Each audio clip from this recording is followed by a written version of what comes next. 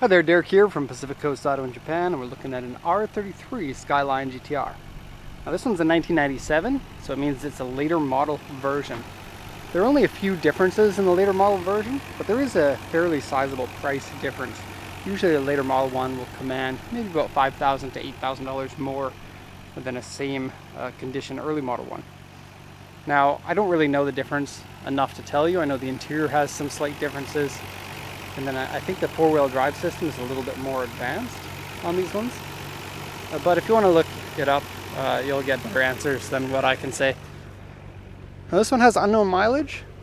It's kind of a lower grade one. So it's probably a good video if you're looking for a Skyline. But you don't actually want to pay the crazy Skyline prices that they're going for at the moment. RB26 DETT engine. Only mild modifications. We got air filters here. We got Nismo front bumper. It may have been an original, but I'm not entirely sure.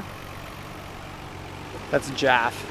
They just brought us a car back that was broken. We also have different side skirts on here and different rear spats. Still has the original exhaust, which is a little bit weird, and still has the original suspension, which is again a little bit weird. These are R34 GTR wheels, kind of a pricey wheel nowadays. And then you can hear here, the engine is a little bit fluctuating.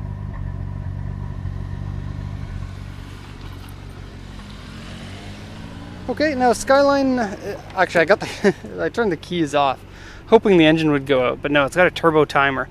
And it's got another turbo timer. Take a look. This turbo timer is not wired in, so it doesn't work. So you can't power it off. You can just drop the clutch and have it stall itself if you want. I don't really usually do that. I'll just wait. The turbo timer is set to 1 minute here, so it'll go on for an extra minute after taking those keys out. Anyways, RB26 engines, they tend to get like this after their coils go bad. I've seen it plenty of times. Open this up, take the coils out one at a time and test them for the resistance. If they're showing too much resistance, then it's time to replace that coil. But this is something you can do on any RB26 to make it run a little bit better. For some reason, those coils really make the cars run a little bit bad. They'll still fire, they're not misfiring, but it's kind of a weak spark repeatedly. Okay, good to change these filters every once in a while. They get eaten up by the engine. Timing belt was changed in 2021 at 34,000 kilometers, but the gauge set has been replaced on this one, so we don't actually know the real mileage. But it was changed not that long ago. I will say though, something's giving me a bit of the heebie-jeebies with this car, so I'm not sure if I trust this sticker so much. Take a look, the intake plenum has been repainted. There we go. The intake plenum has been repainted. Kind of a dick move to do without taking the old paint off of there. And the timing cover as well has been repainted. These are things likely done by the person who sent the car to auction, in order for it to look a little bit better. These 33s and 32s have black paint on their intake, and it peels badly within like 5,000 or 8,000 kilometers. Same thing goes for the front face of the timing cover. And so, I don't know, when I see a kind of a botch job like that, it makes me wonder. The trunk also has rust in it and has similar paint on top of it. In fact, before I go and translate the auction sheet, which I'll do in a second, I'm going to show you the trunk because it has a similar type of rust inside. Now, I usually don't mention prices of cars in the videos because markets change, customers don't want to know how much the cars cost, that sort of thing. I will say the price came up big time in the last few years, like 30% or so. So if you wanted to get a Skyline R33, buy one before you can not afford it anymore. So you can see the painting in here has happened. They painted on top of rust. Rust is a lot easier to see when it's not painted on top of. And then this one here is like a drain hole. It has been taped over, but as you can see, rust damage around the edge of the drain hole. And the battery is inside that wall, so you have to take the strut tower brace out if you want to get to the battery. And this one came in with multi-problems, and I'm kind of in a bad mood now, sorry to say, because of this car. So it came in with a flat tire, which is annoying, right? But it happens. It has two, this is mine, I just have it on there. I'll take it off after, or I might forget it. but I'll probably take it off after. It has 2 lock nuts on it. Now, who puts a single lock nut on a Skyline GTR? Kind of an idiot, here in Japan at least, because wheels rarely ever get stolen here. But to have 2 of them, and then the lock nuts were missing, and so we have a car with a flat tire. We want to change to a new tire before we take it over to a shop to get new tires put on it. Surprise! Tire's flat. There's also one other frustrating thing about this. It'll come to me. I'm all shaken up right now. Anyway, let's go over the auction inspection sheet here. So 97 Skyline GTR, auction grade R with interior C, exterior C. Currently showing 34,476 kilometers with a star there for unknown mileage. More on that in a second. 5-speed manual. This is a late model version of it. Like I said, a little bit more expensive. Xenon headlights. That's one of the differences. The headlights look different and a lot better. R33 GTR 18-inch wheels. Brembo calipers on it, front and rear. The Brembo calipers were part of the V-Spec package, but this one's not a V-Spec. So they took the brakes of the cheaper model, or of the more expensive model, and put it onto the cheaper model. When they were new cars, the V-Spec was only a couple grand more. And I think they actually sold more V-Specs than non-V-Specs of the R33. And so people pay more for the V-Spec because you get like the smart 4-wheel drive system, or smarter ALSD system. Let's see if I can talk properly. My tongue's getting in the way. But the brakes were one of the other major things, was the brakes and the LSD. Okay, Veilside 360 km/h gauge set. 360 for when 300 or 320 just wasn't enough for you. Here's a hint, the car can't get that fast. A stock car like this is probably going to top out about 280 or so, or 260, 270, somewhere in there. Aftermarket Aero parts, Nismo question mark. They don't know if it's real Nismo, but it's Nismo styled. There are replica kits, so they don't know. Blitz, boost controller, and RVIT. I don't know what that is, but I think it's that box that was on top of the steering wheel. Condition report now. Windshield rock chip. Interior dirty and wear. Steering end panel has been replaced, so it's been in a rear end accident. Actually, I'm going to just read this so I'm not confusing myself. Right front pillar has been replaced. Okay, rear floor has corrosion holes in it and repaired. Repair marks done to it. So rear accident and the front, so kind of both. Trunk board is missing. Various scratches, dents, and repairs. Audio has been removed. Steering wheel wear. Aftermarket wheels. Door mirrors scratched. Okay, I don't know why the R33 got a BC in R33, whereas the 32 and 34 didn't have the C there. It's just BNR. Okay, paint fade. Big paint fade. U2 dent. Paint peeling large over here. Spare tires missing. And then the side skirts and the rear spat, if you had good eyes, you probably already noticed it, but those have bad bubbling paint. It's my diagnosis that this car needs a full repaint. And I mentioned this in the other video, but I think it's important to mention now. A lot of R33s have been neglected, but like I said, the price just came up recently. And now for the price that these go for, and no matter what condition, it's going to be a lot. And because of that, you'll get some that the previous owners just didn't care too much about them. You know, they were only worth about $10,000, $15,000, $20,000 a while ago. And so they just got kind of left. And this is one of them. Now, the price of them is a lot more now. And that means that a car like this needs somebody to take it and bring it back to its full glory. And something like a full repaint will do wonders on the looks of this. The interior is quite good on this one. Mechanically, it needs a little bit of stuff. The engine needs to be a bit smoother than that. Maybe some aftermarket suspension. It is original suspension, which is kind of hard to find. So, and original exhaust. So there is some good in here, but it does need a full repaint. Let's look at some of the details now. The Nismo front bumper. So here's one difference between the late and the earlier mid models. You have a deeper chin spoiler here on the late model ones. It's like an extra inch lower, which is cool. It actually makes a lot of visual difference to the car. The Nismo bumper has extra vents on the side there and bigger vents in the center, as well as the two Nismo vents here that were iconic on the 32, and so they put them on the 33. Headlights, different style. Front grille here, you can see there was a Nismo lip on the hood that has been removed. That's there to direct more air into the radiator.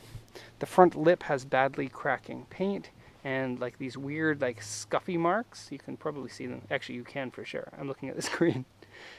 And then bad paint and some scratch, big scratch and scuff right there.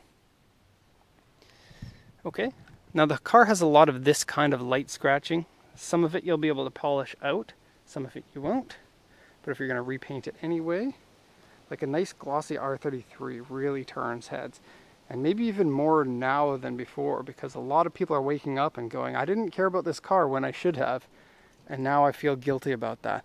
And I want to do the car well. And I want to start caring about that car. You can see the bad paint in there has been chipped off from the wheels. I don't know what company makes these side skirts. It is a real vent that goes right in there. Kind of cool. Chipping on the top there. Okay, missing the faces, or the center caps on the B&R 34 wheels. I do like these spats, I already kind of showed it. The 33 is the only GTR that got 2 exhaust pipes.